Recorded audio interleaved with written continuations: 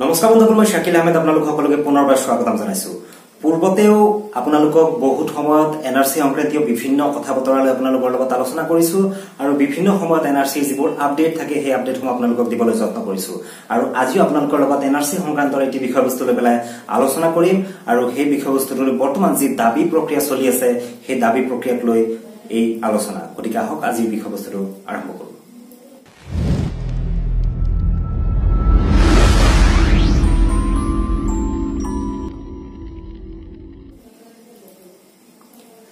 হয় বন্ধুসকল, বৰ্তমান যি দাবী আবেদন প্ৰক্ৰিয়া চলি আছে, অৰ্থাৎ যি 40,07,700 জন ব্যক্তিৰ নাম বাদ পৰিছে আৰু এই ব্যক্তিসকলে তেওঁলোকৰ নামটো এনআৰসিত অন্তৰ্ভুক্ত কৰাৰ কাৰণে তেওঁলোকৰ যি বৈধ নথিপত্ৰ আছে সেই বৈধ নথিপত্ৰৰে তেওঁলোকে এনআৰসিত আবেদন কৰোঁতে তেওঁলোকে এনআৰসি কৰ্তৃপক্ষই তেওঁলোকক যি কাৰণ জনাইছে ইতিমধ্যে যে তেওঁলোকৰ নামটো কিহৰ কাৰণে বাদ পৰিছে তাৰ ভিত্তিত সততে মানুহৰ মনত বিভিন্ন ধৰণৰ প্ৰশ্ন আহে। আৰু এই প্ৰশ্নসমূহক লৈ পেলাই বিভিন্ন সময়ত মই ব্যক্তিগতভাৱে ফিল্ডত যেতিয়া কাম কৰিছো বা বিভিন্ন জনৰ লগত মতামত আগবঢ়াইছো বা বিভিন্ন জনৰ লগত মোৰ মত বিনিময় হৈছে বা বিভিন্ন জনৰ বিভিন্ন ধৰণৰ প্ৰশ্ন, তেনেকুৱা 15টা প্ৰশ্ন আজি আপোনালোকৰ বাবে লৈ আহিছো। আৰু সেই 15টা যি কমন কুৱেশ্যন যিবিলাক আছে, যিবিলাক কমন প্ৰশ্ন বিভিন্ন জনৰ মিল আছে, সেই তেনেকুৱা ধৰণৰ মিল থকা 15টা প্ৰশ্ন আজি আপোনালোকৰ বাবে লৈ আহিছো। আৰু সেই 15টা প্ৰশ্নৰ বিষয়ে আজি আপোনালোকৰ লগত আলোচনা কৰিম। আৰু বহুতৰ নিশ্চয় এই প্ৰশ্নবোৰৰ মাজতে বহুতৰো মিল হৈ যাব, কমন পৰিব কুৱেশ্যনবোৰ, আৰু নিজৰ যি সমস্যা সেই সমস্যাবোৰ সমাধান কৰিব পাৰিব বা আপোনাৰ অঞ্চলৰ বিভিন্ন জনৰ এনেকুৱা ধৰণৰ প্ৰশ্ন থাকিব পাৰে যিবোৰ প্ৰশ্নৰ উত্তৰ আপুনিও দিব পাৰিব এই ভিডিঅ'টোৰ যি আলোচনা সেই আলোচনাৰ পৰা চাই পেলাই। গতিকে ভিডিঅ'টো শেষলৈ চাবলৈ অনুৰোধ জনালো। গতিকে প্ৰথম প্ৰশ্ন যিটো মই প্ৰশ্নসমূহ প্ৰস্তুত কৰি লৈছো, গতিকে প্ৰশ্নসমূহ মই পঢ়ি পেলাই আপোনালোকক তাৰ পিছত তাৰ উত্তৰসমূহক আপোনালোকক জনাবলৈ যত্ন কৰিম। এই প্ৰশ্নসমূহ কেৱল মোৰ ব্যক্তিগতভাৱে মই উত্তৰসমূহ যুগুতোৱা নাই, বিভিন্নজন এক্সপাৰ্টৰ লগত আলোচনা কৰি, এনআৰচিৰ লগত জড়িত বিভিন্ন ব্যক্তিৰ লগত আলোচনা কৰি বা এনআৰচিৰ যিসকল এক্সপাৰ্ট যিসকল ব্যক্তি আছে সেইসকল ব্যক্তিৰ লগত আলোচনা কৰি এই প্ৰথম প্ৰশ্ন ওলাই আহিব বিচাৰিছো। আৰু প্ৰথম প্ৰশ্নটো হ'ল, এনেকুৱা বহুতৰ ক্ষেত্ৰত কাৰণ আহিছে বা তেওঁলোকে কাৰণ জানিব বিচাৰে, তেওঁলোকক এনএছকে অফিচৰ পৰা এনআৰচি সেৱা কেন্দ্ৰৰ তৰফৰ পৰা তেওঁলোকক জনোৱা হৈছে যে প্ৰশ্নটো হ'ল এনেকুৱা যে কোনোবা ব্যক্তিৰ নাম এনআৰচিত অন্তৰ্ভুক্ত হোৱা নাই আৰু তেওঁলোকক কাৰণ জনোৱা হৈছে যে লিগেচি ব্যক্তিৰ লগত সম্পৰ্কৰ যোগসূত্ৰ স্থাপন কৰা নগ'ল। এই ক্ষেত্ৰত যিসকলৰ এই প্ৰশ্ন আহিছে সেইসকলে কি নথিপত্ৰ দি পেলাই তেওঁলোকে পুনৰ দাবী আবেদন কৰিব। এই ক্ষেত্ৰত উত্তৰটো হ'ল এনেকুৱা যে পূৰ্বতে যি নথি ব্যৱহাৰ কৰিছিল, অৰ্থাৎ পূৰ্বতে যদি কোনোবাই বাৰ্থ চাৰ্টিফিকেট ব্যৱহাৰ কৰিছিলে কিন্তু তেওঁৰ আকৌ মেট্ৰিকৰ যি এডমিট বা আন ডকুমেণ্টছ আছে, অৰ্থাৎ যি এনআৰচিৰ যি সম্পৰ্কৰ যুগৰ লিংকেজ ডকুমেণ্টছৰ যি 8 প্ৰকাৰৰ ডকুমেণ্টছ আছে, সেই 8 প্ৰকাৰৰ ডকুমেণ্টছৰ লিষ্টৰ 8টা ডকুমেণ্টছৰ প্ৰথম যিকোনো এটা দিছিলে তাৰ পৰৱৰ্তী সময়ত যদি বেলেগ ডকুমেণ্টছ আছে সেই ডকুমেণ্টছ দি পেলাই তেওঁ এনআৰচিৰ নাম অন্তৰ্ভুক্তিৰ কাৰণে দাবী আবেদন কৰিব পাৰে। এইটো হ'ল প্ৰথম প্ৰশ্ন। এতিয়া দ্বিতীয় প্ৰশ্নটোলৈ আহিব বিচাৰিছো। দ্বিতীয় প্ৰশ্নটো হ'ল, এনআৰচিৰ আবেদন কৰোঁতে নামৰ মিল থকা বাবে ভুলবশতঃ নিজৰ লিগেচিৰ পৰিৱৰ্তে একে নামৰ বেলেগ ব্যক্তিৰ লিগেচি ব্যৱহাৰ কৰা হৈছিল। এতিয়া শুদ্ধ লিগেচি ব্যৱহাৰ কৰিব পাৰিবনে? অৰ্থাৎ দেখা গ'ল যে এজন ব্যক্তিৰ নাম নিজৰ বংশৰ কোনোবা এজনে নিজৰ ব্যক্তিৰ নাম তেওঁ বিচাৰিছিলে আৰু বিচৰাৰ ফলত তেওঁ দেখা গ'ল যে সেম নামৰ মানে নামৰ মিল থকাৰ ক্ষেত্ৰত কি হ'ল যে তেওঁলোকৰ একে নামৰ বেলেগ এজনৰ লিগেচি ব্যৱহাৰ কৰিলে। পৰৱৰ্তী সময়ত যেতিয়া ফেমিলি ট্ৰি ভেৰিফিকেশ্যন হ'ল, হিয়াৰিং হ'ল, তেতিয়া তেওঁলোকে দেখা পালে যে সেই লিগেচিটো তেওঁলোকে প্ৰকৃততে ব্যৱহাৰ কৰা লিগেচিটো তেওঁলোকৰ লিগেচি নহয়। পৰৱৰ্তী সময়ত তেওঁলোকে বিচাৰি পেলাই তেওঁলোকে নিজৰ সঠিক লিগেচিটো পালে আৰু সেই লিগেচিটো এতিয়া ব্যৱহাৰ কৰিব বিচাৰিছে। সেয়া কৰিব পাৰিবনে নাই সেই সম্বন্ধে আছিল প্ৰশ্নটো। মই এই উত্তৰটো এনেকুৱা হ'ল যে লিগেচি ব্যক্তিৰ নাম যদি একে থাকে তেতিয়াহ'লে নিজৰ শুদ্ধ লিগেচি ব্যৱহাৰ কৰি দাবী দাখিল কৰিব পাৰিব। এই ক্ষেত্ৰত মন কৰিব যে পূৰ্বে দাখিল কৰা যি লিগেচি ভিত্তিবৰ্ষ লিগেচি আছিলে তাৰ ভিত্তিবৰ্ষ সাল সলনি কৰি দিয়াটো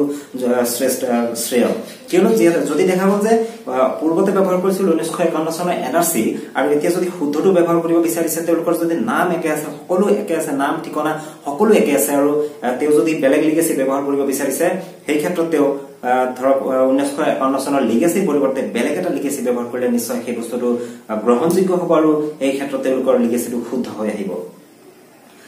3 নম্বৰ প্ৰশ্নলৈ আহিছো। 3 নম্বৰ প্ৰশ্নটো হ'ল, লিংকেজৰ বাবে লিষ্ট বিৰ পৰা গাঁও পঞ্চায়তৰ প্ৰমাণপত্ৰ ব্যৱহাৰ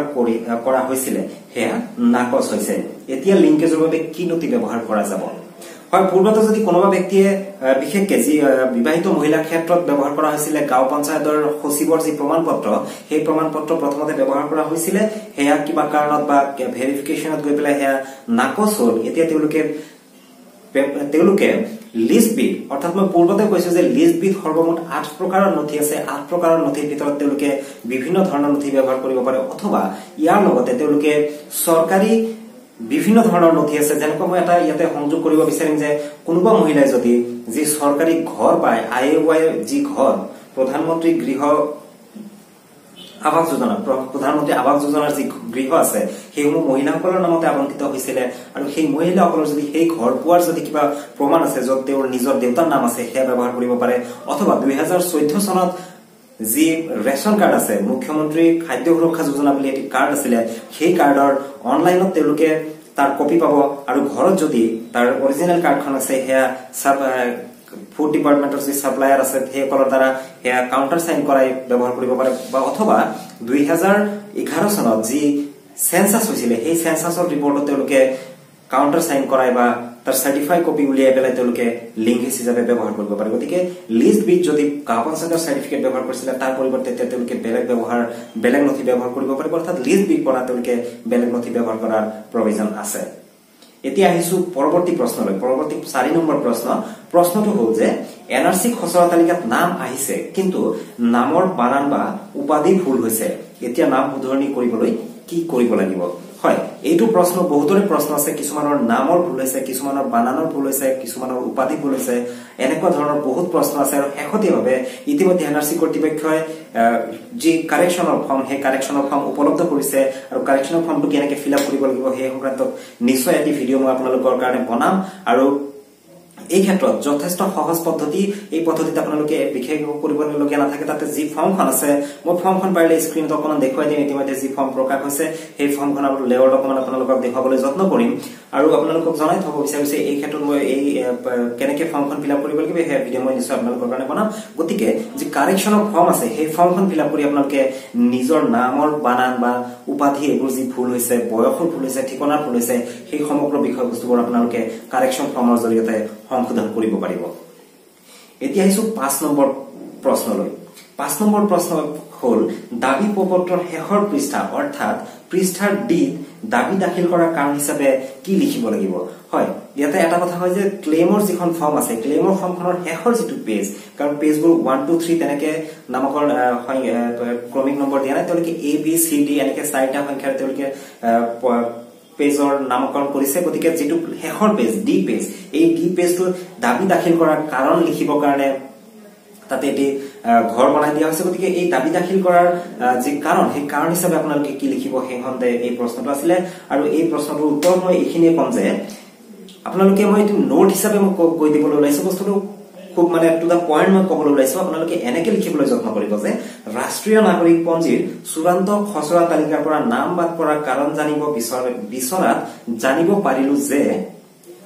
যে পিছত আপোনাৰ নিজৰ যি কাৰণ সেই কাৰণটো লিখিব হেয়ে পুনৰাই প্ৰয়োজনীয় নথি সহকাৰে বা পূৰ্বতে দাখিল কৰা নথিৰ ভিত্তিত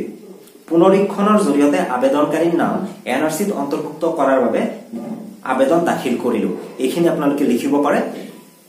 ইয়াতে মই এটা বস্তু লিখিছো যে প্ৰয়োজনীয় নথি সহকাৰে বা পূৰ্বতে দাখিল কৰা নথিৰ ভিত্তিত কাৰণ এনেকুৱা বহুত ব্যক্তিৰ ক্ষেত্ৰত আছে আজি মই এজন মানুহৰ লগত কথা পাতিছো সেইজন ব্যক্তিৰ কাৰণ দেখুৱাইছে যে ডাটা এন্ট্ৰি ইৰৰ সেইজন ব্যক্তিয়ে কি ডকুমেন্টছ দিব বা কিছুমান ক্ষেত্ৰত দেখুৱাইছে টেকনিক্যাল ইৰৰ এইসকল ব্যক্তিয়ে কি ডকুমেন্টছ দিব গতিকে তেওঁলোকে এই কথাটো উল্লেখ কৰিব যে পূৰ্বতে দাখিল কৰা নথিৰ ভিত্তিত তেওঁলোকক পুনৰীক্ষণৰ জৰিয়তে তেওঁলোকৰ নামটো এনআৰসিত অন্তৰ্ভুক্ত কৰিব লাগে এই কথাখিনি আপোনালোকে ডি পেজৰ যে দাবী দাখিল কৰাৰ কাৰণত আপোনালোকে এই বস্তুটো লিখিব পাৰে এতিয়া আহিছো প্ৰশ্ন নম্বৰ 6 নম্বৰ প্ৰশ্নটো আছিল এনেকুৱা ধৰণৰ যে এনআৰসিৰ খসৰা তালিকাত নাম নহাৰ কাৰণ এফটিআৰ অৰ্থাৎ ফ্যামিলি ট্ৰি ৰিপৰ্ট নো বুলি জনাইছে এতিয়া কি কৰিব লাগিব অৰ্থাৎ এফটিআৰ নো যদি আপোনাৰ যদি কাৰণ জনাইছে তেতিয়াহলে আপুনি কি কৰিব উত্তৰটো আছিল এনেকুৱা ধৰণৰ মই আপোনালোকক জনাব বিচাৰিম যে পূৰ্বতে দাখিল কৰা উত্তৰটো হ'ল এনেকুৱা যে পূৰ্বতে দাখিল কৰা লিগেসিৰ পৰিৱৰ্তে একেজন ব্যক্তিৰ নামত অন্য লিগেসি দাখিল কৰিব লাগিব আৰু প্ৰয়োজন সাপেক্ষে যদি সম্ভৱ হয় সিভিয়াৰ এনএসকে গৈ পেলাই আপুনি সিভিয়াৰটো এবাৰ চাই লব পাৰে অৰ্থাৎ সিভিয়াৰ হল কম্বাইন্ড ভেৰিফিকেশন ৰিপোৰ্ট অৰ্থাৎ কম্বাইন্ড ভেৰিফিকেশন ৰিপোৰ্টত সকলো কথা কিহৰ কাৰণে নাম বাদ পৰিছে লিগেসিৰ কিবা অসুবিধা হৈছে নে কিবা তেওঁৰ লিংকেজৰ কিবা অসুবিধা হৈছে নেকি গতিকে এফটিআৰৰ ক্ষেত্ৰত কি অসুবিধা আছে সমগ্ৰ কথাটো কম্বাইন ভেৰিফিকেশন ৰিপৰ্টত আহে গতিকে আপুনি কম্বাইন ভেৰিফিকেশন ৰিপৰ্টটো এনএসকেত গৈ পেলাই চাই ল'ব পাৰে আৰু আপোনালোকে পূৰ্বতে যি লিগেসি দাখিল কৰিছে তাৰ পৰিৱৰ্তে বেলেগ এখন লিগেসি আপোনালোকে ব্যৱহাৰ কৰাটো অতি উত্তম এতিয়া আহিছো পৰৱৰ্তী প্ৰশ্নলৈ মাজতে মই এটি কথা আপোনালোকক জনাই থওঁ যে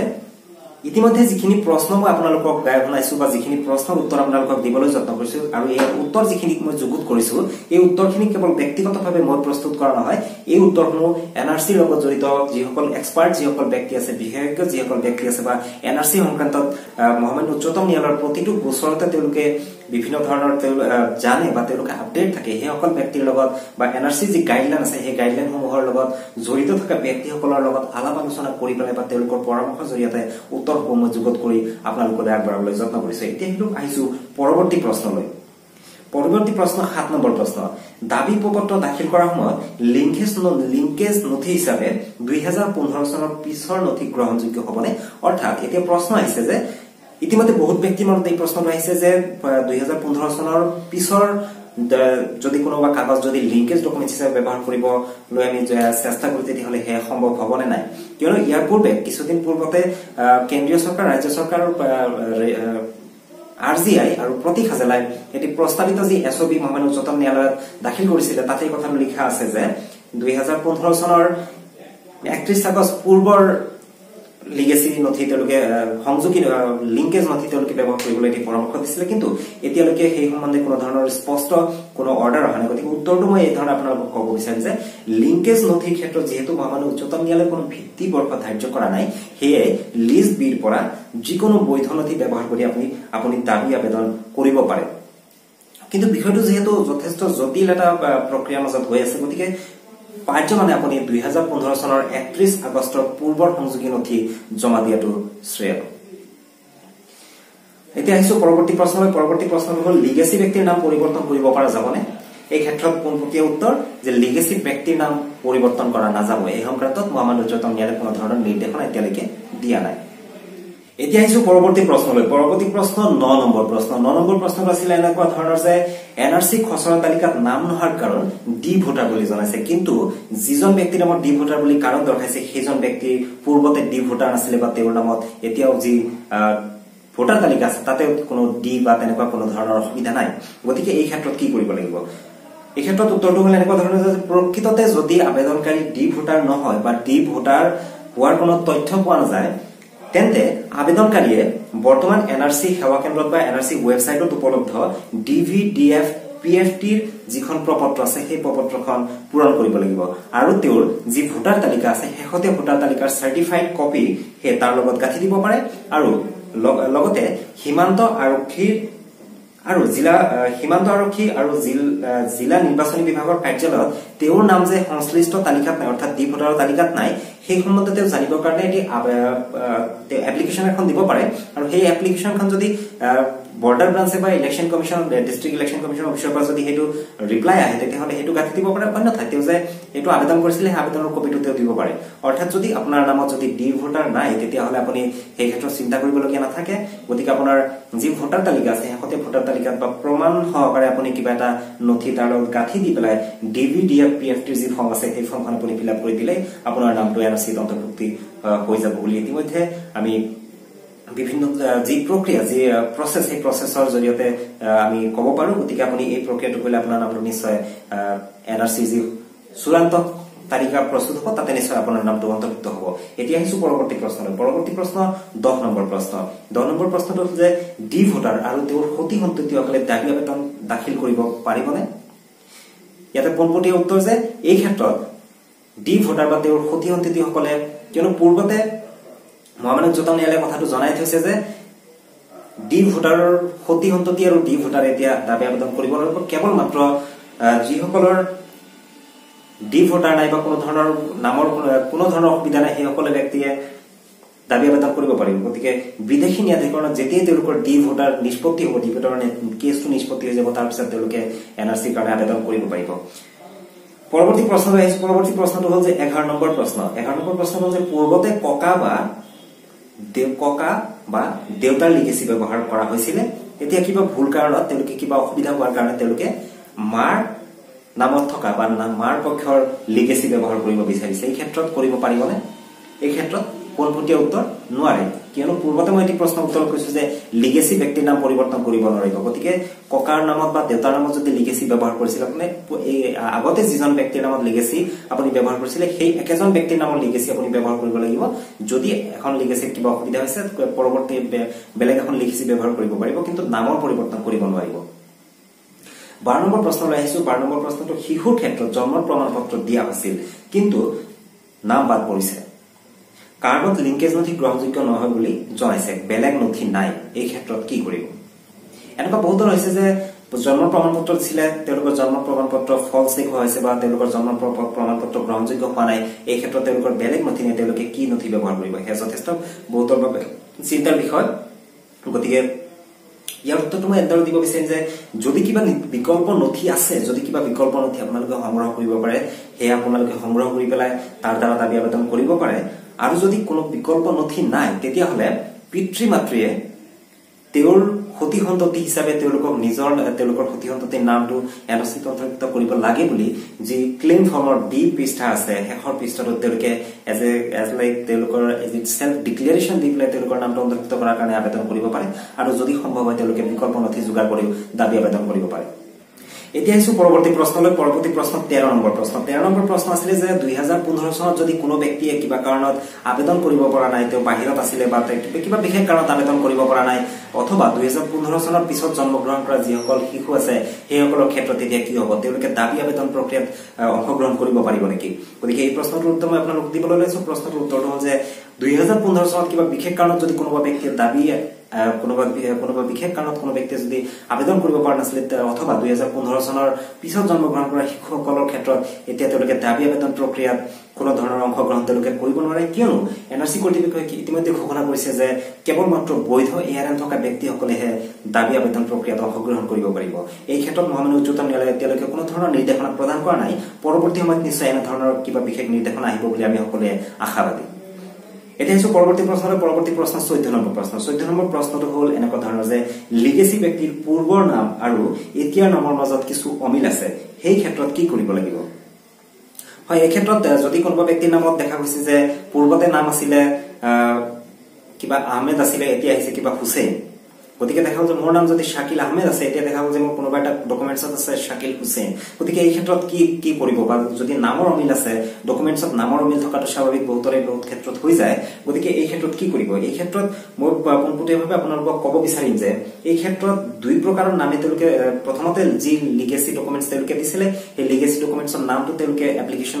লিখি পেলাই শেষৰ যি পৃষ্ঠা আছে ডি পৃষ্ঠাত তেওঁলোকে দুয়োটা নামে লিখি পেলাই তেওঁলোকে তাতে বস্তুটো কিহৰ কাৰণে তেওঁৰ নামটো দুই প্ৰকাৰৰ হ'ল বা কি পৰ্যায়ত গৈ পেলাই দুই প্ৰকাৰৰ নাম তেওঁলোকৰ হ'বলগীয়া হ'ল সেই কথাটো অকমান বিস্তাৰিতভাৱে লিখি পেলাই তেওঁলোকে দাবী আবেদন কৰিব পাৰিব আৰু এই ক্ষেত্ৰত নিশ্চয় তেওঁলোকে সহায়ৰ বাবে তেওঁলোকৰ যি স্থানীয় এলআৰচিআৰ আছে এলআৰচিআৰ লগত কথা পাতিব পাৰিব এনআৰচিৰ বিষয়সকলৰ লগত আলোচনা কৰি পেলাই এই বিষয়টো কিছু পৰিমাণে সহজ উপায় উলিয়াই ল'ব পাৰে এতিয়া আহিছো পৰৱৰ্তী প্ৰশ্ন অৰ্থাৎ শেষ প্ৰশ্ন 15 নম্বৰ প্ৰশ্নটো হল এনেকুৱা বহুতে প্ৰশ্ন কৰে যে 2050 চনৰ আগৰ মাটিৰ নথি আছে সেই ব্যৱহাৰ কৰিব পাৰিবনে অৰ্থাৎ কোনোবা ব্যক্তিৰ যদি মাটিৰ নথি 1930 চনৰ আছে 1940 চনৰ আছে সেই মাটিৰ নথি তেওঁলোকে ব্যৱহাৰ কৰিব পাৰিবনে নাই হেয়া প্ৰশ্ন কৰিছে আৰু এই প্ৰশ্নটোৰ উত্তৰ এইটোৱে যে 1950 চনৰ আগৰ মাটিৰ নথি তেওঁলোকে ব্যৱহাৰ কৰিব কিন্তু সেই মাটিৰ নথিৰ যিজন ব্যক্তিৰ নামত আছে সেই ব্যক্তিজনৰ লগত আৰু বৰ্তমান যিজন মানুহে এনআৰসি প্ৰক্ৰিয়াত অংশগ্ৰহণ কৰি আছে সেই ব্যক্তিজনৰ লগত গ্ৰহণযোগ্য সম্পৰ্ক থাকিব লাগিব বা সেই সম্পৰ্ক প্ৰমাণ কৰিব পৰাকে নথি থাকিব লাগিব গতিকে বন্ধুসকল এ আছিলে আজি এনআৰসি সংক্ৰান্তীয় যি কমন কুৱেশ্যন ফ্ৰিকুৱেন্টলি আস্কড কুৱেশ্যন বুলি আমি যাক এফএকিউ গতিকে ফ্ৰিকুৱেন্টলি আস্কড কুৱেশ্যনৰ 15টা প্ৰশ্ন গতিকে 15টা প্ৰশ্ন নিশ্চয় বহুতো ব্যক্তিৰ মনৰ কথা লুকাই আছে আৰু বহুতো ব্যক্তিৰ নিশ্চয় সমাধানো এই প্ৰশ্ন উত্তৰবোৰৰ পৰা ওলাই যাব গতিকে আপুনি ভিডিওটো যি চাই পেলাই আপোনাৰ ওচৰে পাজৰে যিসকল ব্যক্তিৰ নাম এনআৰসি থকা নাই সেইসকল ব্যক্তিক আপুনি সহায় কৰিব পাৰে বা নিজৰ ক্ষেত্ৰত আপুনি ব্যৱহাৰ কৰিব পাৰে ভিডিওটো যথেষ্ট দীঘলীয়া হ'ল গতিকে উপায় নাই যেহেতু প্ৰশ্নবোৰ এনেকুৱা এটি জটিল প্ৰক্ৰিয়া যেহেতু এনআৰসি ক্ষেত্ৰত চলি আছে গতিকে সম্পূৰ্ণ প্ৰক্ৰিয়াটো কিছু সহজ কৰিবলৈ আপোনালোকৰ কাৰণে যুগুত কৰি লৈছিল 15টা প্ৰশ্ন পৰৱৰ্তী সময়ত নিশ্চয় এনআৰসি ক্ষেত্ৰত আৰু কিছু অৱদান দিবলৈ বা এনআৰসি ক্ষেত্ৰত কিছু সহযোগিতা কৰিবলৈ যত্ন কৰিম গতিকে আজিলৈ ইমানে যদিহে ভিডিঅটো ভাল লাগিছে লাইক কৰিব শেয়াৰ কৰিব আৰু আমাৰ চেনেলটো সাবস্ক্ৰাইব কৰিবলৈ নাপাহৰিব আজিলৈ ইমানে ধন্যবাদ জয় আই অসম